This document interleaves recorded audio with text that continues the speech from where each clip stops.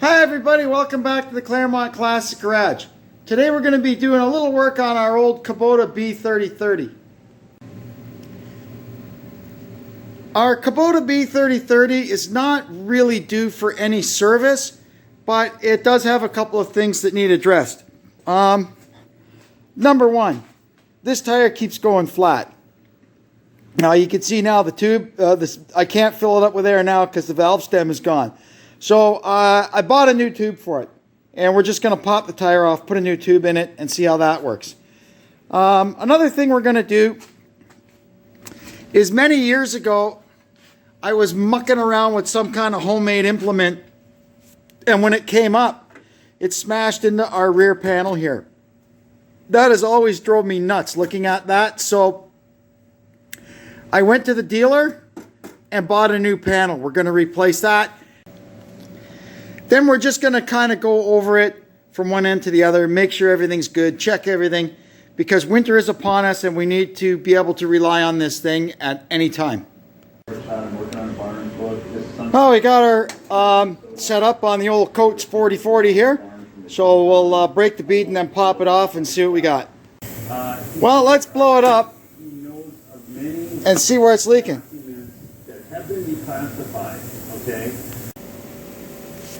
So this you can see here, it's got like a line along it and it's leaking there. Now that may have been for me putting it on and off with the tire machine. I'm not sure. It may also be for me being in there, because what you'll notice is this, it's a 14-inch wheel, but this is kind of like a low profile tire. And you look, you put a 14-inch tube in it and it wants to be a lot more round than the tire is. So it ends up with kind of crinkles and wrinkles on it.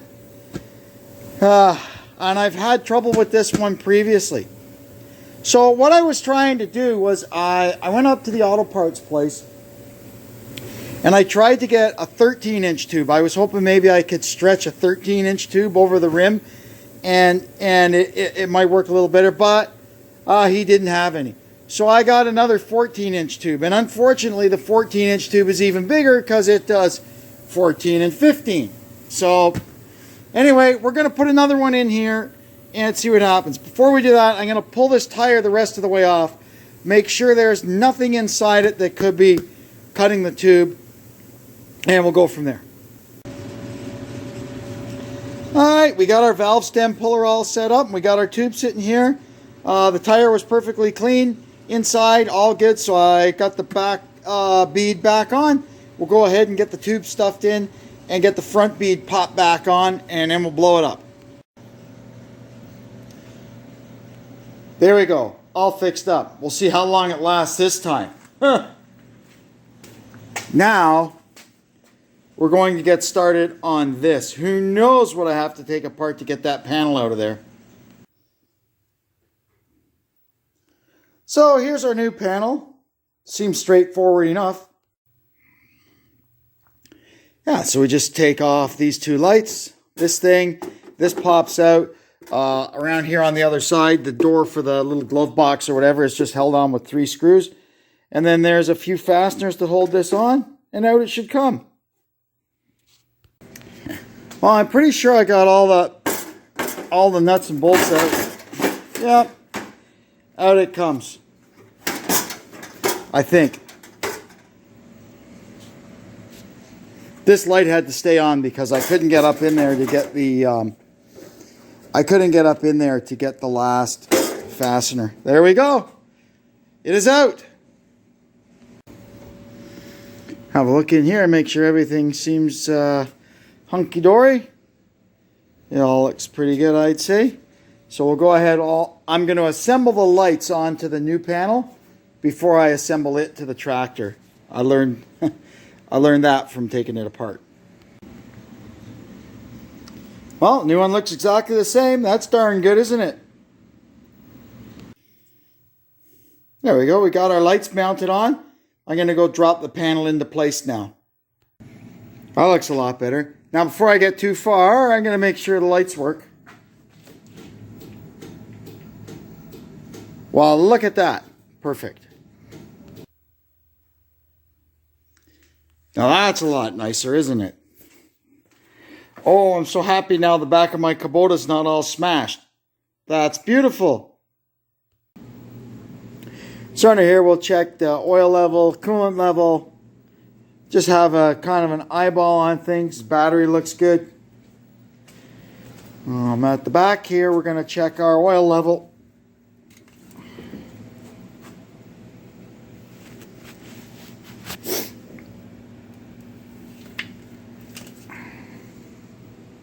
Yeah, it's good. It's in the safe range.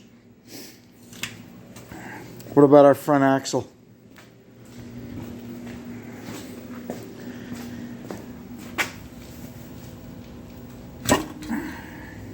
Same thing, in the safe range. Good. All right. Coolant.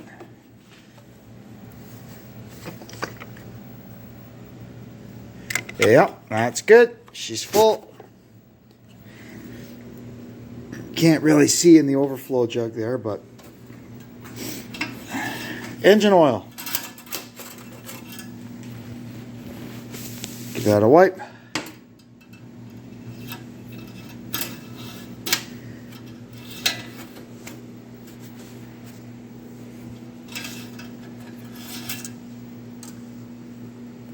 Perfect, right on the full mark.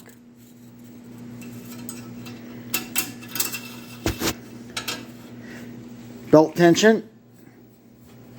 Yep, that's good. We previously put the alternator kit on this, so we got a new belt. So it's good to make sure it's still taut, and that's good. Can I see the overflow jug through the side here? No. Maybe I can look down it.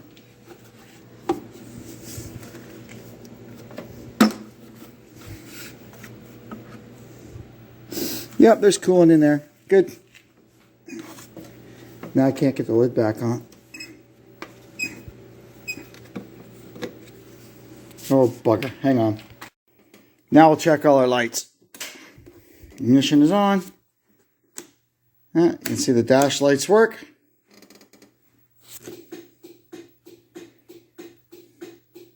Left turn.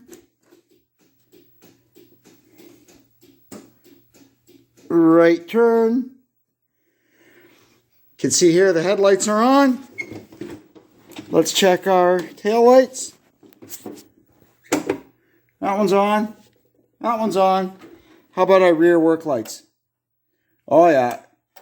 We put LED ones on it last year. They're working. And our front LED light bar, let's check that. Oh yeah, beauty. Horn. Well, that's good. Our operational checks are complete. This here Kubota is ready for winter. And in the span of doing all that work, our world famous left front tire hasn't gone flat again. That's good. So, yeah, I pronounce the old Kubota fit for duty. Last thing I have to do, my Gorilla Tape is over in the race car hauler. I have to get a piece of that tomorrow and patch up this seat again.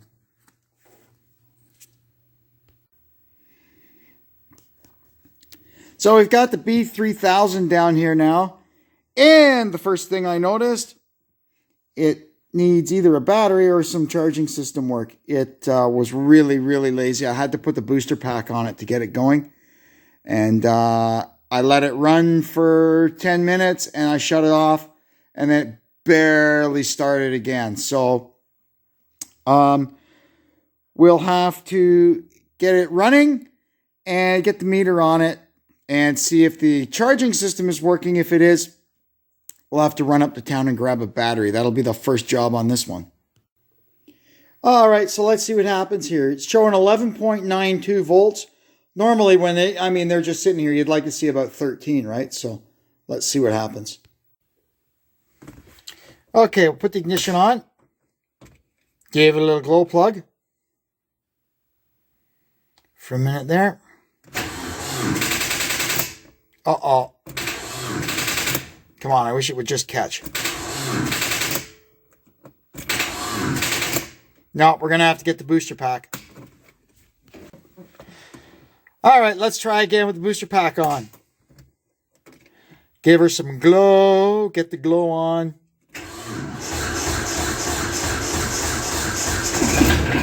There she goes. All right, now we'll get the booster pack off and put the voltmeter back on.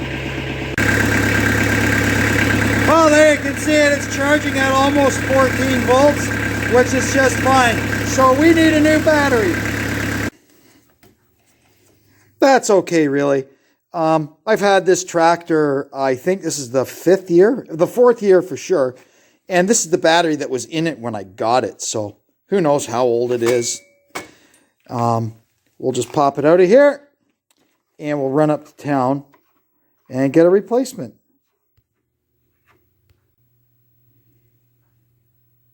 So we'll go up and grab one of these. It's a Group 51R.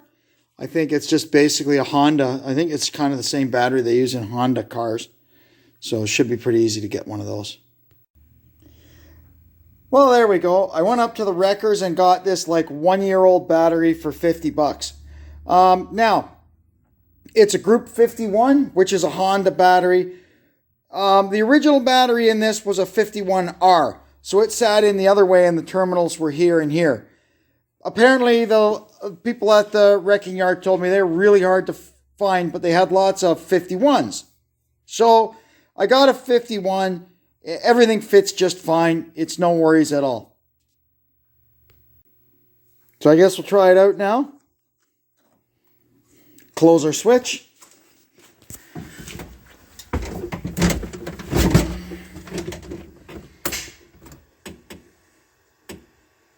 Diesels have to turn fast to get started, that's for sure. Let's see.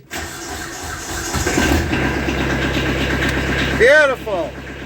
All right, that's that problem solved. We've got a few jobs to do on our Kubota B3000. My rear view mirror keeps falling off. This has been an ongoing battle, but this time it lasted all last winter and it fell off sitting in the barn over the summer. So we're going to stick that back on. I got a couple of tow hooks to put under the front of it because there's some holes in the frame that they fit into. We've got some hydraulic hoses to change. So these two here, these ones are for the lift cylinder on the quick hitch. And then the other two, these ones are for the rotator on the chute for the front mount snowblower. So right now it's in alternate mode. It's got a blade on the front and a blower on the back.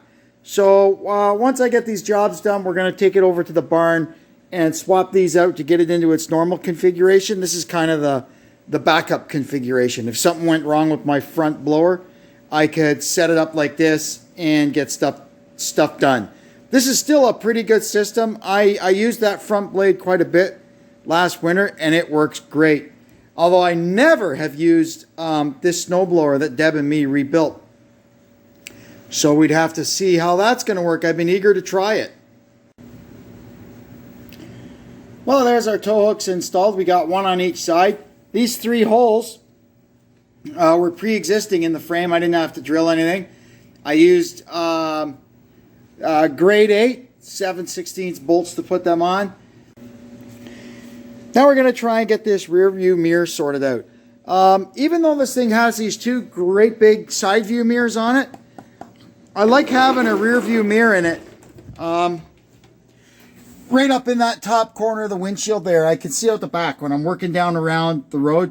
It's just, for me, personally, it's easier. So I had this one. I bought it somewhere, and it went on the windshield with a suction cup. Well, of course, it kept falling off. So what I've come up with now is last winter, I took the suction cup off, and I put 2-sided trim tape around there, and it lasted the whole winter. But alas, when I went up to get the thing out for this season, the mirror was laying on the floor again. So what we've come up with now is I've got this little bracket, and there's actually one of the screws that holds the front end of the headliner in, and we're going to drill and tap this, and we can bolt it to there, and that should end our mirror problem forever. I got the stem out of the back of the mirror, and I drilled the back of it and tapped it 5/16 course. So we should be able to use this here bolt and bolt it to the bottom of this bracket, and we'll get it mounted in the tractor and see how it seems. There we go. That's perfect, and I don't think it'll be falling down now. Hope it doesn't rattle too much while I'm working, but it's just so I can just have a fast look up with one eye and make sure there's not a car coming down the road. Sometimes these ones get knocked by branches and stuff, and I'll go to look up at it and it's pointing straight up at the sky or something, or down at the ground. So I do like having this one in here. Now we're going to replace the hydraulic hoses on this here lift cylinder. It's pretty easy. We've already got the angle hoses for the blade out of the way, out of the little holder here. And I'll get these cracked first before I take them off, and then we'll loosen them up at that end. I've got this one changed already. Now we'll change the other one. You have to screw it into that end first because this line does not have swivels. It's got rigid ends. So we screw it into that end first, and then put our quick connect that we salvaged from the old line onto here, and we'll be good to go. Now we got that done and our quick connects put back on. We've got everything back in the line holder or the rack or the loom, whatever you want to call this thing. Last thing we got to do, these are all color coded, these lines. So I've got, it was the yellow and white ones that we changed. So we'll get a yellow and white tie wrap and replace them on here so it's easy for us to hook this thing back up. Now we're going to give it a kind of an operational check. We're going to check all our lights. Ignition's on. Dash lights work. Let's check our front windshield wiper. Yeah. Washer. That works. Okay, the back one.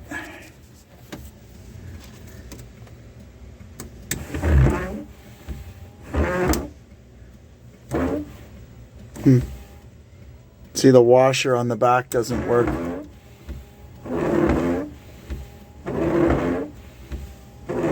We'll have to figure that out. Let's put all our lights on. There, we'll go outside and see what lights work and don't work. Oh, and we got a horn too. That works. Alright, everything's working up there. Taillights work.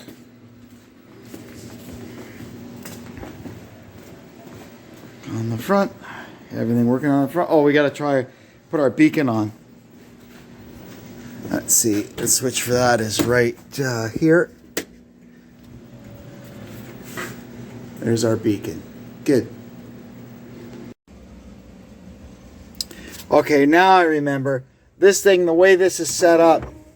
Originally, both of these switches, the front and rear wiper switch, were hooked up to the same washer pump. It's only got one washer pump for front and rear. So what I did, I remember that switch is for the rear one. And she works.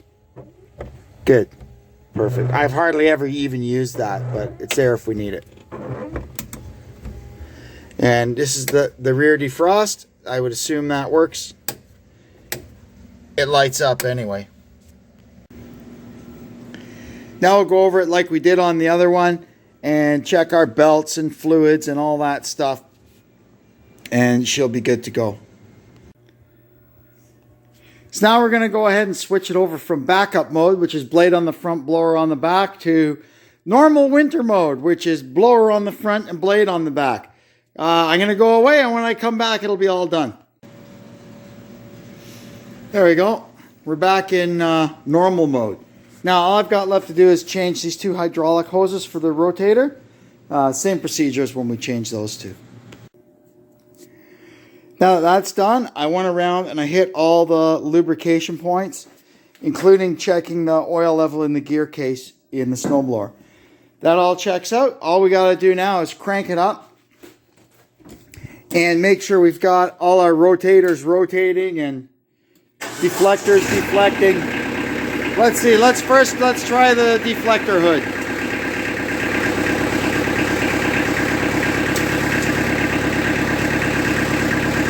Yeah, that works pretty good.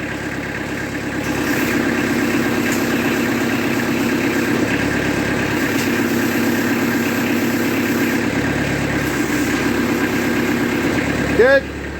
Now in the back. Up with the blade. Tilt the blade. Or sorry, angle the blade. And tilt the blade.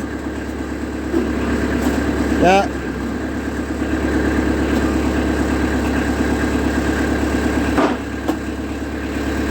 Perfect. This here Kubota is ready for winter.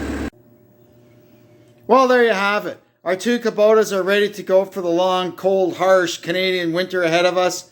We'll be able to keep our driveway clear and move stuff around as we see fit. Anyway, that'll do it for now. I said I was going to make two Kubotas into one video, but I probably could have made two separate ones. I imagine it's getting a little draggy. But anyway, that's what we did. So until next time, thanks for tuning in. And this is Kevin checking out from the Claremont Classic Garage. So long.